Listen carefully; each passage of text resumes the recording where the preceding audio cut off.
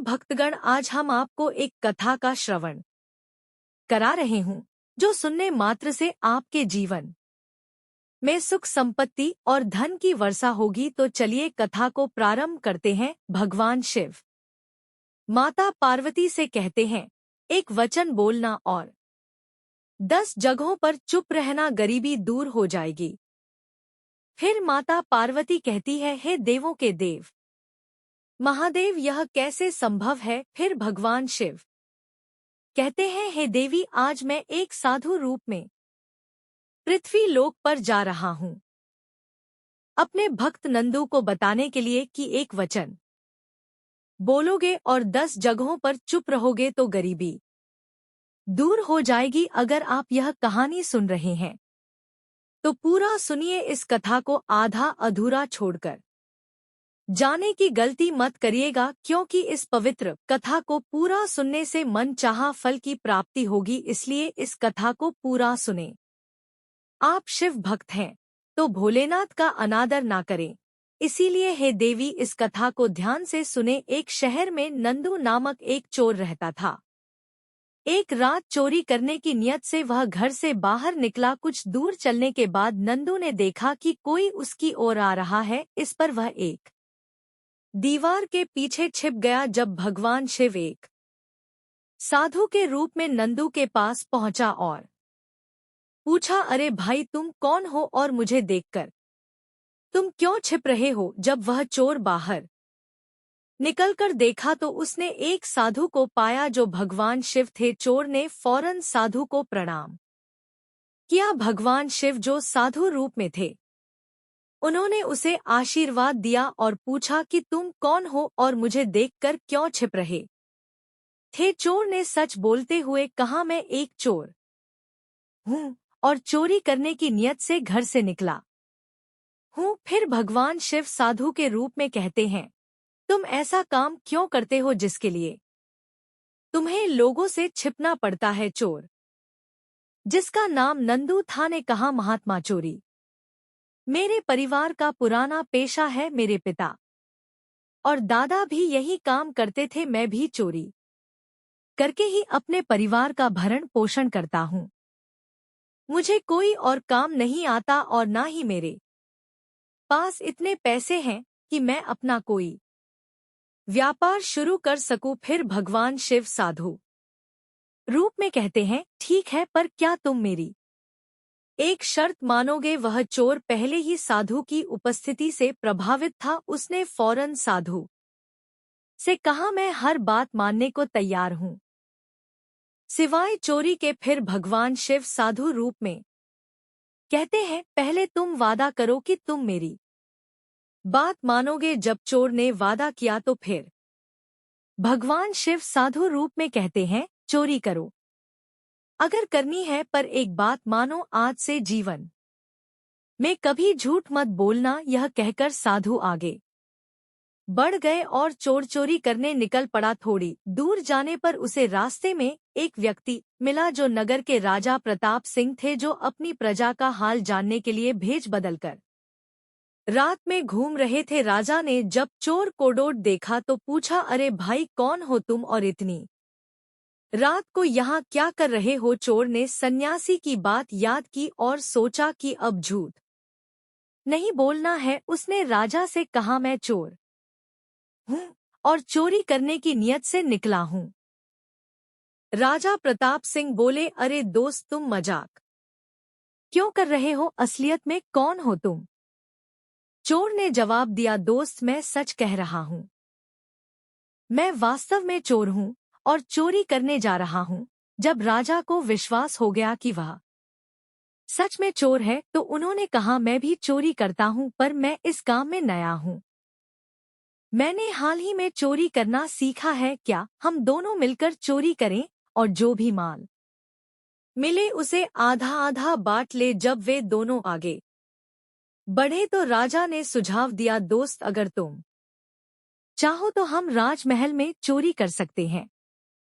चोर ने उत्तर दिया, क्या तुम पागल हो गए हो? अरे दोस्त, हम इतने बड़े राजमहल में कैसे घुस सकते हैं? राजा ने कहा, दोस्त, तुम चिंता मत करो, मैं पहले इस राज महल में दरबान था और पहरा देता था। एक दिन राजा ने मुझे किसी कारण से निकाल दिया और तब से मैं चोरी करने लगा। मेरे पास महल के सभी गुप्त रास्तों की जानकारी है और मैं तुम्हें गुप्त रास्ते से महल में ले जाकर खजाने तक पहुंचा दूंगा। इस पर चोर भी राजा के साथ चल पड़ा। दोनों राजमहल के पीछे पहुंचे, जहां राजा ने गुप्त रास्ते का ढक्कन हटाया और चोर से बोला, दोस्त, तुम्हें अंधेरे में चोरी करने की आदत है तो तुम इस गुप्त रास्ते से महल के अंदर जाओ और बहुत सारा खजाना चुरा लाओ। चोर ने पूछा, लेकिन मुझे कैसे पता चलेगा कि खजाना किस कमरे में कहाँ रखा है? तब प्रताप सिंह ने महल के भीतर छिपे खजाने की जानकारी उस चोर को सौंप दी। उसके बाद चोर ने गुप्त मार्ग का अनुसरण करते हुए महल में स्थित खजाने तक पहुंच बना ली और वहां पहुंचकर उसने देखा कि कई बड़े बक्से रखे गए थे और उनके ऊपर एक छोटा बक्सा भी था। चोर ने उस छोटे बक्से को उठाया और उसे खोलने लगा। बक्सा खुलते ही चोर की आंखें चमक उठी, क्योंकि उसमें 5 हीरे रखे गए थे। चोर ने सभी हीरे अपने हाथ में ले लिए और गुप्त मार्ग से बाहर निकलने लगा। तभी उसे ख्याल आया कि हीरे 5 हैं और उन्हें बराबर बांटना है। अगर वे 2-2 हीरे ले लेंगे तो एक हीरा बच जाएगा। इस बात पर विचार करते हुए वह चोर वापस लौटा और एक हीरा वापस उसी बक्से में रख दिया और फिर गुप्त मार्ग से बाहर आ गया। बाहर आकर उसने राजा से कहा कि उसने 4 हीरे चुराए हैं और उनमें से 2 राजा के लिए हैं और 2 वह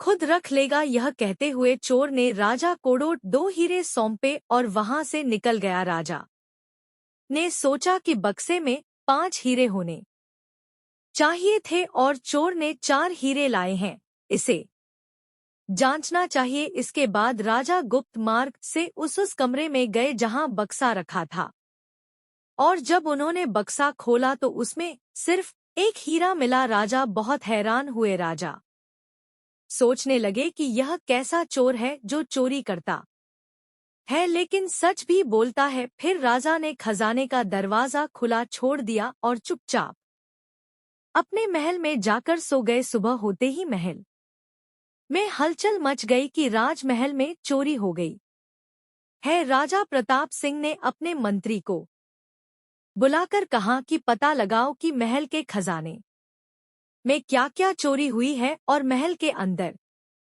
किसने चोर को गुप्त मार्ग से खजाने तक पहुंचाया है और उस चोर को भी जल्द से जल्द पकड़ो। मंत्री ने खजाने की जांच की तो पाया कि सभी सोने और चांदी से भरे बक्से सुरक्षित थे, लेकिन एक छोटा बक्सा खुला हुआ था। मंत्री ने उस छोटे बक्से को उठाकर देखा तो उसमें सिर्फ एक हीरा पड़ा था, जबकि उसमें 5 हीरे होने चाहिए थे। मंत्री जी के मन में ख्याल आया कि शायद चोर ने जल्दबाजी में एक हीरा यहीं छोड़ दिया हो। उन्होंने सोचा कि इस हीरे को अपने पास क्यों ना रख लूं, आखिर हीरे तो चोरी हो ही चुके हैं। महाराज को कैसे पता चलेगा कि 4 हीरे चोरी हुए हैं या 5? और अगर चोर पकड़ा भी जाए तो उसकी बात का भरोसा कौन करेगा? इसी विचार से मंत्री जी के मन में लालच जागा और उन्होंने वह हीरा अपने पास रख लिया। फिर उन्होंने राजा प्रताप सिंह को बताया कि महल में रखा सारा खजाना तो सुरक्षित है, पर छोटे बक्से में रखे 5 हीरे गायब हैं। राजा प्रताप सिंह मुस्कुराए और मंत्री से कहा कि चोर को पकड़कर दरबार में पेश करो। मंत्री ने अपने गुप्तचरों और सैनिकों की मदद से चोर को पकड़ लिया और जब उसे राजा के सामने लाया गया तो राजा प्रताप सिंह ने उससे पूछा कि क्या उसने चोरी की है। चोर ने स्वीकार किया कि उसने चोरी की है और वह जो भी सजा देंगे उसे स्वीकार करेगा, लेकिन उसने यह भी कहा कि उसने अकेले चोरी नहीं ही की है, मेरे साथ एक और साथी था और मुझे बॉक्स में रखे 5 हीरे मिले, मैंने 4 हीरे उठा लिए और एक हीरा वहीं बॉक्स में छोड़ दिया। फिर मैंने अपने साथी को 2 हीरे दिए और 2 मैंने अपने पास रख लिए। और यह कहते हुए चोर ने 2 हीरे निकालकर राजा के सामने रख दिए। चोर की बात सुन मंत्री गुस्से में आकर पूछ बैठे कि तुम्हारा दूसरा साथी कौन है, उसका नाम और पता बताओ, और तुमने 4 हीरे चुराए हैं या 5, हम इस बात पर कैसे यकीन करें। चोर ने जवाब दिया, हुजूर, मेरे साथी का नाम और पता मुझे नहीं पता, क्योंकि मैं उससे उसी रात मिला था जिस रात मैंने हीरे चुराए थे। और फिर चोर ने अपनी पूरी कहानी राजा को सुना दी। तब मंत्री ने कहा, महाराज, यह झूठी कहानी गणक हमें मूर्ख बना रहा है। आप इसे शीघ्र, अति शीघ्र कारागार में भेजने का आदेश करें। कुछ पलों की चुप्पी के बाद राजा प्रताप सिंह ने कहा, मंत्री जी, यह चोर सत्य कह रहा है, इसकी हर बात में सच्चाई है। यह उस चोर के बारे में बता रहा है जिसके साथ इसने चोरी की। वह साथी चोर मैं हूँ और इसने केवल 4 हीरे चुराए थे। 2 हीरे मुझे दिए और 2 इसने अपने पास रखे। इसके बाद राजा ने अपने पास के 2 हीरे निकालकर सबके सामने रख दिए और मंत्री से कहा, तुम्हें तो पता ही होगा कि 5वां हीरा कहाँ है, दरबार में मौजूद। सभी लोग मंत्री की राह देखने लगे कांपते हुए।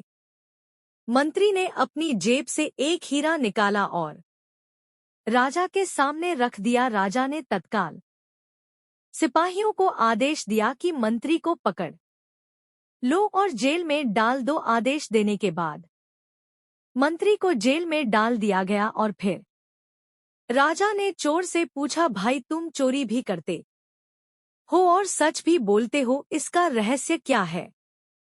चोर ने उत्तर दिया, महाराज, जिस रात आप मुझसे मिले उसी रात मुझे एक सन्यासी भी मिले थे। उन्होंने मुझसे कहा कि अगर तुम चोरी करना चाहते हो तो करो, लेकिन मेरी एक बात मान लो, अपने जीवन में कभी झूठ मत बोलना। और महाराज, मैंने उस सन्यासी के सामने जीवन भर झूठ ना बोलने का वचन दिया था। राजा प्रताप सिंह उस चोर की ईमानदारी से बहुत खुश हुए और कहा, मैं चाहता हूँ कि तुम मेरे राज्य के मंत्री बनो। चोर ने उत्तर दिया, जनाब, आपने मुझ जैसे साधारण चोर को मंत्री पद के लायक समझा, इसके लिए मैं कृतज्ञ हूँ। अब मैं अपना जीवन ऐसे जीना चाहता हूँ कि मुझे किसी से छुपने की आवश्यकता ना हो। मैं उस साधु का भी दिल से शुक्रिया अदा करता हूँ जिनके एक उपदेश ने कभी झूठ मत बोलो मेरे जीवन को पूरी तरह से बदल दिया। फिर भगवान शिव कहते हैं, यह कहानी हमें यह सिखाती है कि इस भ्रमित और भ्रामक दुनिया में केवल सच्चाई ही वह मंत्र है जो इंसान के जीवन की हर बाधा और मुश्किल से पार ले जाता है। फिर भगवान शिव कहते हैं कि किन परिस्थितियों में हमें चुप रहना चाहिए और किन परिस्थितियों में हमें अपनी बात कहनी चाहिए। साथ ही यह भी कि शांत रहने से हम में कैसे परिवर्तन आ सकते हैं। फिर भगवान शिव एक साधु रूप में सभी शिष्यों को डोट इकट्ठा किया और कहा, कल सुबह सभी नदी में स्नान करके तुरंत हमारी कुटिया के सामने आ जाएं। इस पर सभी शिष्य आश्चर्यचकित हो गए कि क्या हमसे कोई गलती हो गई है। लेकिन फिर उन्होंने सोचा कि शायद साधु जी कल सुबह कोई अच्छी बात बताने वाले हैं। सभी शिष्य रात को समय पर सो गए और सुबह उठकर नदी में स्नान करके साधु जी के सामने हाजिर हो गए। फिर भगवान शिव एक साधु रूप में कहते हैं, आज मैं तुम्हें चुप रहने के फायदे बताऊंगा। साधु ने बताया कि वे 10 मौके जिन पर चुप रहना लाभदायक होता है और बोलने से हानि हो सकती है। फिर भगवान शिव एक साधु रूप में कहते हैं, अगर आप इन 10 मौकों पर शांत रह जाते हैं, यानी मौन रह जाते हैं, तो आपको वह सब कुछ मिल जाएगा जो आप चाहते हैं और आपके जीवन में चमत्कारी परिवर्तन आने लगेंगे। बहुत ज्यादा बोलना या चुप रहना दोनों ही ठीक नहीं है, जैसे अत्यधिक बारिश या धूप दोनों ही परेशानी का कारण बनते हैं। उसी तरह अनावश्यक बोलने से भी कई नुकसान हो सकते हैं। साधु जी का कहना है कि जब आपके पास किसी विषय की पूरी जानकारी ना हो तब चुप रहना ही उचित है। बिना जानकारी के बोलने से अच्छा है कि आप चुप रहे। साधु जी ने बताया कि चुप रहने से दिमाग में नई कोशिकाएं बनती हैं और ज्ञान बढ़ता है। जब आपको किसी चीज की पूरी समझ हो तभी बोलना चाहिए, अन्यथा बिना जानकारी के बोलने पर लोग आपका मजाक उड़ा सकते हैं और आप पर से विश्वास भी उठ सकता है। इसलिए जब आपको नहीं पता हो कि क्या कहना है तब शांत रहना ही बेहतर है। कुछ लोग हर जगह अपनी राय देने लगते हैं बिना यह सोचे कि उन्हें क्या बोलना चाहिए और बाद में लोग उनका मजाक बनाते हैं। जब तक आपको उस विषय की अच्छी समझ ना हो तब तक चुप रहना ही समझदारी है।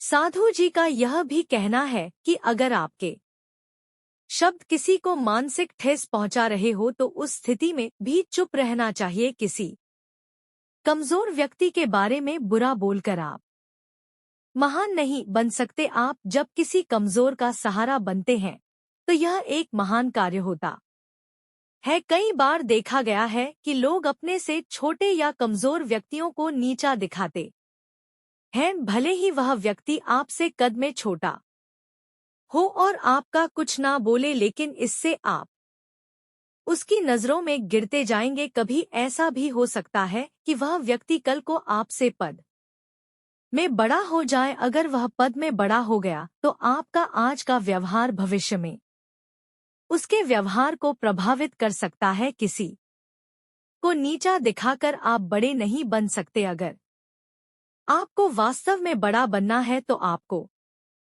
छोटे लोगों की इज्जत करनी चाहिए और बड़ों का सम्मान भी करना चाहिए। कुछ लोग सोचते हैं कि अगर वे अकड़ के बोलेंगे और दूसरों को नीचा दिखाएंगे तो वे बड़े बन जाएंगे, लेकिन यह उनकी गलत फहमी है। इससे वे लोगों की नजरों में गिरते जाएंगे। फिर भगवान शिव एक साधु रूप में कहते हैं, शिष्यों जब भी बोलो आदर के साथ बोलो ताकि लोगों को तुम्हारी बातें अच्छी लगे। बोलते समय भाई बहन माता पिता मित्र जैसे संबोधन शब्दों का इस्तेमाल करना। इससे न केवल तुम्हारी प्रतिष्ठा बढ़ेगी बल्कि लोगों की नजरों में भी तुम समझदार बनोगे। फिर भगवान शिव एक साधु रूप में कहते हैं, एक ऐसा मौका भी होता है जब चुप रहना ही बेहतर होता है। जब कोई अपना या नजदीकी व्यक्ति आप पर गुस्सा करे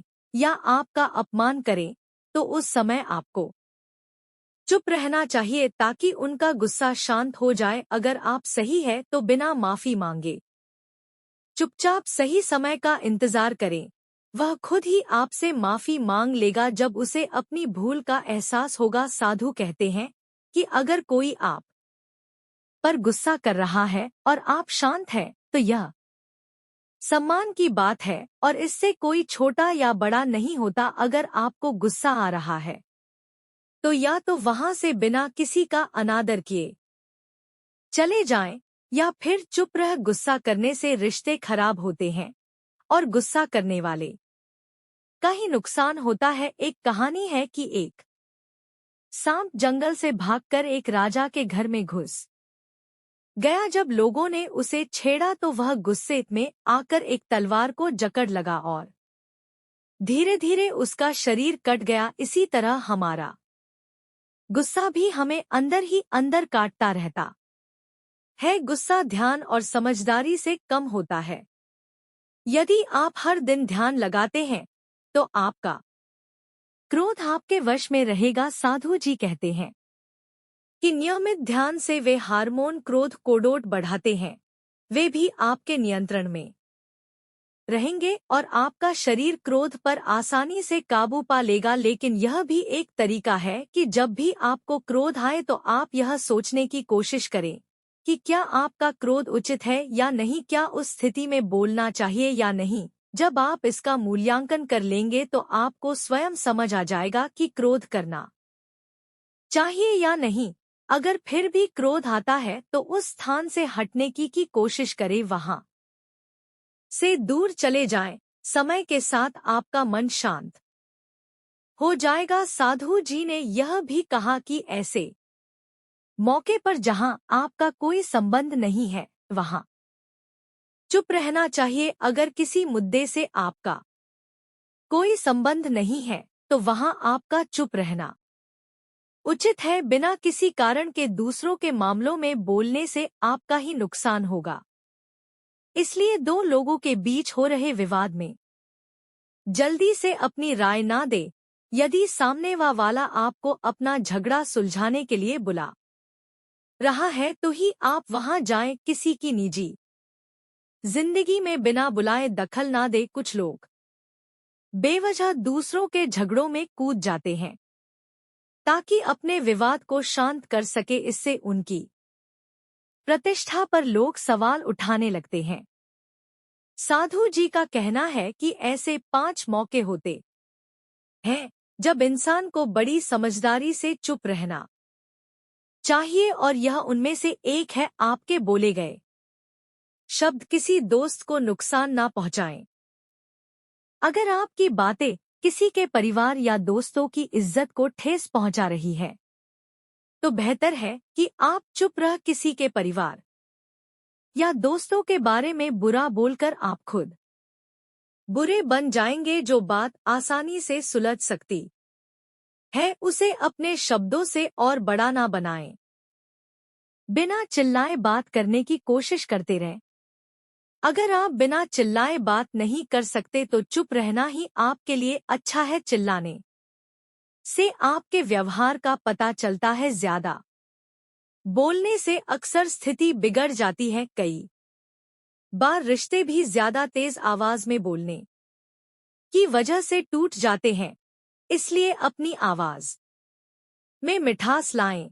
आपके शब्दों से आपके दोस्त को नुकसान नहीं होना चाहिए। कभी कभी हम दोस्तों के साथ मजाक करते हैं, लेकिन ध्यान रखें कि आपके शब्दों से किसी का अनादर ना हो। मजाक को भी संजीदगी से ले, और जहां शब्दों से किसी को चोट पहुंचे वहां चुप रहना बेहतर है। ज्यादा बोलने से अक्सर नुकसान ही होता है। दूसरों की इज्जत को अपने बोलों से नुकसान नहीं पहुंचाना चाहिए। अगर आपके शब्द किसी की प्रतिष्ठा को चोट पहुंचा रहे हो तो बेहतर है कि आप खामोश रहे। जब कोई व्यक्ति आपके सामने ना हो तो उसके बारे में बुरा ना कहे। साधु जी बताते हैं कि छठा अवसर जब चुप रहना चाहिए वह है जब कोई दूसरे की निंदा कर रहा हो। ऐसे में आपको चुपचाप सुनना चाहिए और अपनी राय नहीं देनी चाहिए, क्योंकि जो आज किसी और की बुराई कर रहा है वह कल आपकी भी कर सकता है। नीति शास्त्र कहता है कि जो अपनी जुबान पर काबू रखता है और समझदारी से काम लेता है वही सच्चा ज्ञानी है। बिना वजह बोलना या किसी के बारे में बिना छह समझे बात करना गलत है। कई बार हमारी अक्लमंदी इसी में होती है कि हम कुछ जगहों पर अपना मुंह ना खोले। साधु जी आगे कहते हैं कि 10 मौकों में 7वां ऐसा मौका है जब चुप रहना चाहिए। जब कोई आपकी भावनाओं को ना समझे तो अगर आपको लगता है कि सामने वाला आपके दुख दर्द या परेशानी को नहीं समझ रहा है तो ऐसे व्यक्ति के सामने चुप रहना बेहतर है। ऐसे लोगों को आप भावनाओं से कोई फर्क नहीं पड़ता। अपने राज खोलकर आप बाद में पछता सकते हैं। इसलिए हर किसी को अपने मन की बात नहीं बतानी चाहिए। अगर आपको लगे कि सामने वाला आपकी बात या भावनाओं को नहीं समझ पा रहा है तो वहां बोलना नहीं चाहिए, क्योंकि आपका मजाक उड़ सकता है। जब आपको यकीन हो जाए सामने वाला आपकी भावनाओं को समझ रहा है और आपकी बात को ध्यान से सुन रहा है तभी उसे अपनी बात बताएं। साधु जी कहते हैं कि 8वां अवसर जब आपको मौन रहना चाहिए वह है जब कोई व्यक्ति अपने दुख साझा कर रहा हो, यदि कोई अपनी परेशानियां आपसे बांट रहा है तो इसका अर्थ है कि वह आपको अपना मानता है। ऐसे में तुरंत समाधान सुझा के बजाय चुपचाप उनकी समस्याओं को सुने और उन्हें किसी और से ना बांटे। वह आपको इसलिए नहीं बता रहा कि आप उसकी समस्याओं को हल कर दें, बल्कि इसलिए भी कि वह चाहता है कि आप उसे समझे। कभी कभी सिर्फ बातें साझा करने से ही दुख कम हो जाते हैं। वह आपको अपना दुख इसलिए बता रहा है क्योंकि उसे लगता है कि आप उसकी बात को समझेंगे। दुख बांटने से हल्के होते हैं, इसलिए जब कोई अपना दुख आपसे बांटे तो आप ध्यानपूर्वक सुने और उसके मन का बोझ हल्का करें। साधु जी आगे कहते हैं कि 10 ऐसे स्थान हैं जहां आपको चुप रहना चाहिए, जैसे कि जहां दुष्ट स्वभाव के लोग हो और गलत बातें कर रहे हो वहां जाने की बजाय चुपचाप निकल जाए। जिनकी जुबान खराब होती है उन्हें आप तब तक नहीं समझा सकते जब तक उनका मन शांत ना हो जाए। इसलिए जहां दुष्ट स्वभाव के लोग आपकी बात ना माने वहां बोलने की जरूरत नहीं है। अपनी सफलता की बात हर किसी से ना करे। कई बार लोग जल्दी सफलता पाकर हर जगह उसका बखान करने लगते हैं, जिससे कुछ लोग खुश नहीं होते। अगर आप जबरदस्ती अपनी सफलता का ढिंढोरा पीट तो लोगों की नकारात्मकता आपको प्रभावित कर सकती है। सफलता अपने आप में बोलती है, इसलिए इसका बखान करने से बचे।